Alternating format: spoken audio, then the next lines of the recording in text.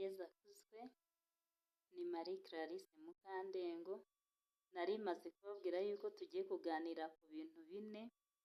Ikintu cya mbere tugiye kuganiraho ni inshuti mbi, ikintu cya kabiri ni karande, ikintu cya gatatu ni ibikomere, ikintu cya kane ni ubwoba.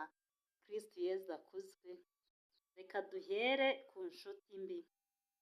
Uyu munsi wa none ngewe Mukandengo Marie Clarisse cyangwa wowe unteze amatwi, ushobora kugira gutya ugahura n'inshuti mbi. Ashobora kuba ari umugore mugenzi wawe, ashobora kuba ari umugabo mugenzi wawe, ashobora kuba ari umukobwa mugenzi wawe, cyangwa se akaba ari umusore mugenzi wawe. Inshuti mbi rero ishobora kukugeza ku burwayi bwa roho cyangwa se uburwayi bwo mu mutwe. Inshuti mbi ishobora kukugeza ku burwayi bwo mu mutwe binyuze mu byo mubamo. Ashobora kuba urugero, wenda nkanjye ndi umumama, ashobora kuba ari umumama tugahura nzi ko ari umumama mu by'ukuri muzima, ariko akaba ari nk'umumama waciye mu nzira z'ubusambanyi, wenda ngewe ntarazigendeyemo. Ugasanga uko bwije n'uko bukeye muragendana, ariko utazi mu by'ukuri imico ye. Kabiri na rimwe ukaba ugize gutya umuganirije nk'ibibazo wenda urimo cyangwa se ibibazo wagize. Waba wenda washwanye n'uwo mubana, bikaba ngombwa ko akuyobora muri iyo nzira kuko nawe niyo arimo. Kristo Yezu akuzwe. Twabonye ko inzira y'ubusambanyi ari inzira y'imyuka mibi. Bivuga ngo igihe cyose wahagurutse ukagenda, uba uri gukururukana n'abantu bapfuye. Ni ukuvuga ngo uwo muhuye akuzanira abapfuye, nawe ukamushyira abapfuye bo mu muryango wawe. Kristo Yezu akuzwe. Ese turi kumwe? Ufite uko ubifata, nanjye nkagira uko mbifata, ariko icyaba cyiza ni uko wakwimenya, aho kugira ngo upfe gushwamaduka ngo wirukanke inyuma y'inshuti zose ubonye kuko utazi uko zabayeho. Ashobora kuba ari umuntu wabayeho mu businzi cyane, cyangwa se wabayeho yinywera agacupa. Ukagira gutyo ukamubwira ikibazo cyawe, noneho akakuyobora mu nzira ye kuko nibwo buzima arimo. Kristo Yezu akuzwe. Buriya iyo umuntu yamaze gusinda, roho ye ntabwo iba ikimurimo, ahubwo roho ye iba yamuvuyemo kare yigendeye, agasigara aganira n'abapfuye. Ese nawe urashaka kwiganirira n'abapfuye? Kristo Yezu akuzwe. Ufite uko ubyumva, nanjye nkagira uko mbyumva, ariko naguha urugero. Hari nk'umuntu ujya kumva ukumva ngo runaka yishe umugore we, cyangwa se runaka yishe umugabo we, bati yari yasinze. None se niba koko uwo muntu yari yasinze, ni roho mutagatifu yamubwiye ngo genda ujye gufata umuntu wawe umwice? Ni roho mutagatifu yamubwiye ngo genda ujye kwica umugore wawe cyangwa umugabo wawe? Nawe urumva ko ari abandi bantu bari bari kumwe nawe. Nabo bapfuye rero, nta nama y'abapfuye, ahubwo urimo roho mutagatifu ni uwemera kuyoborwa nawe aho kugira ngo ayoborwe n'abapfuye. Ubwo tumaze kuvuga inshuti mbi. Noneho reka tugere kuri karande rero. Karande y'imiryango, nkanjye nshobora kuba wenda naravukiye mu muryango wari wibereyemo abasambanyi gusa, cyangwa se nkavukira mu muryango wari wibereyemo abasinzi gusa, cyangwa nkavukira mu muryango wari wibereyemo ibindi, cyangwa papa umbyara cyangwa mama wanjye akaba ari ubwo buzima bwabo. Kristo Yezu akuzwe. Izo nizo karande zigenda zidukurikirana mu buzima bwacu bwa buri munsi. Izo ni karande zitubuza amahoro n'umutekano mu mibereho yacu ya buri munsi. Ugahora ugenda, ariko ukagenda utangirwa n'ibyo byose. Ugasanga ejo uguye mu gishuko, wamara kugwa mu gishuko ukibaza uti bivuye he? N'izo karande zikugendaho.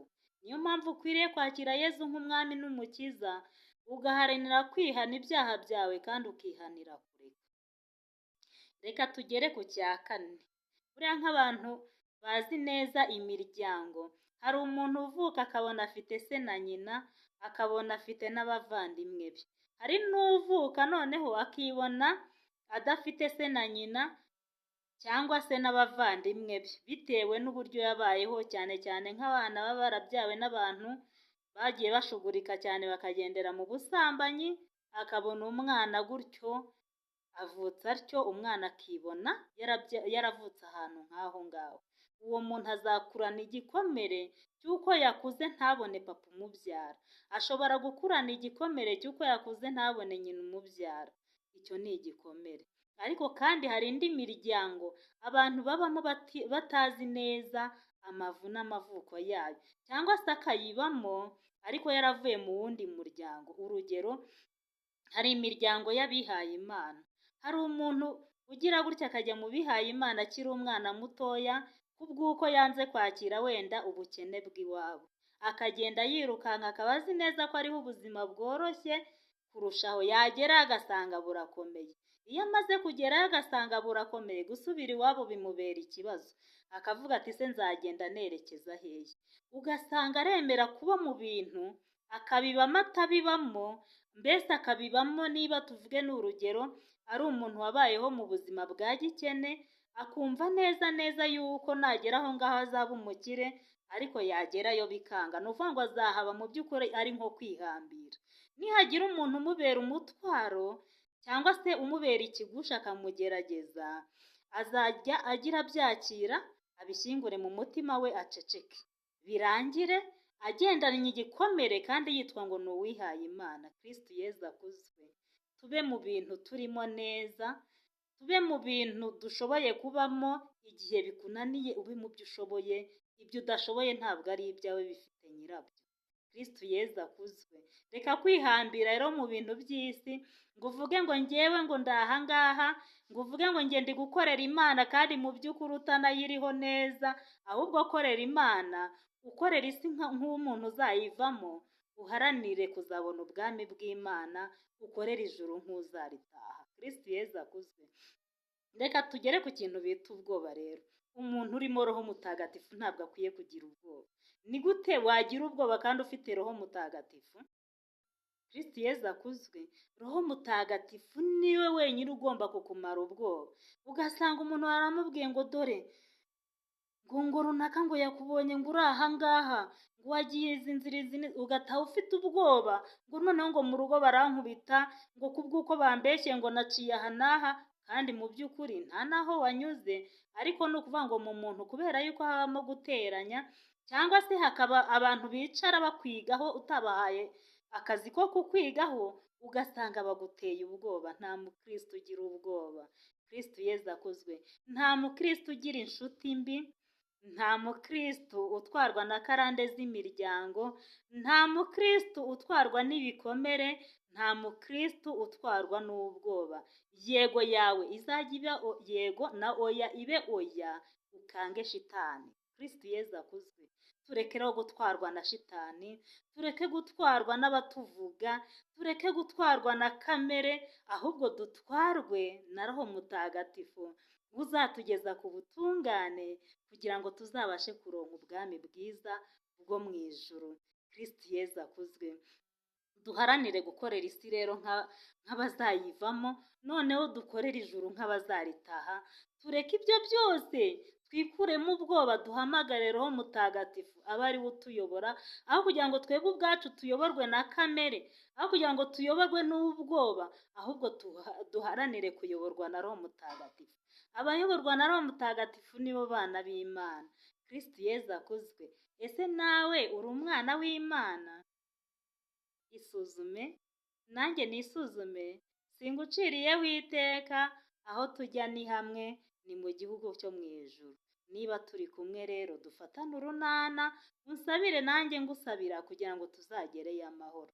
Irinde rero inshuti mbi, gerageza wige kubaho wenyine, noneho ariko kandi ugerageza kubana n'abandi amahoro, utavuga ngo mfite inshuti ya kururukururu. Kubaho wenyine ntabwo ari uvuga ngo ni ukuzagenda wicare ubeho wenyine nta muntu muri kumwe, oya. Hari abantu bagira gutya kumva atari kumwe na runaka ntako byagenda. Ariko ahanini uzacunge, hari igihe baba bahujwe n'amagambo, hari igihe baba bahujwe no kwirukira mu bugambo nk'ubwo butagira 12 bakirirwa bavuga abantu baba mu nteko y'abaneguranyi. Hari igihe muba muhujwe no kuba mu gacupa, hari igihe muba muhujwe no kugendera muri kamere zanyu cyangwa se mu nzira z'ubusambanyi. Mureke rero duharanire kugendera mu nzira za Roho Mutagatifu, aho gutwarwa n'ibyo ngibyo dutwarwe na Roho Mutagatifu. Dusabirane rero, usabire nanjye ngo usabire kugira ngo dufatane urunana tuzajyane mu bwami bwo mu ijuru. Kristo Yezu akuze.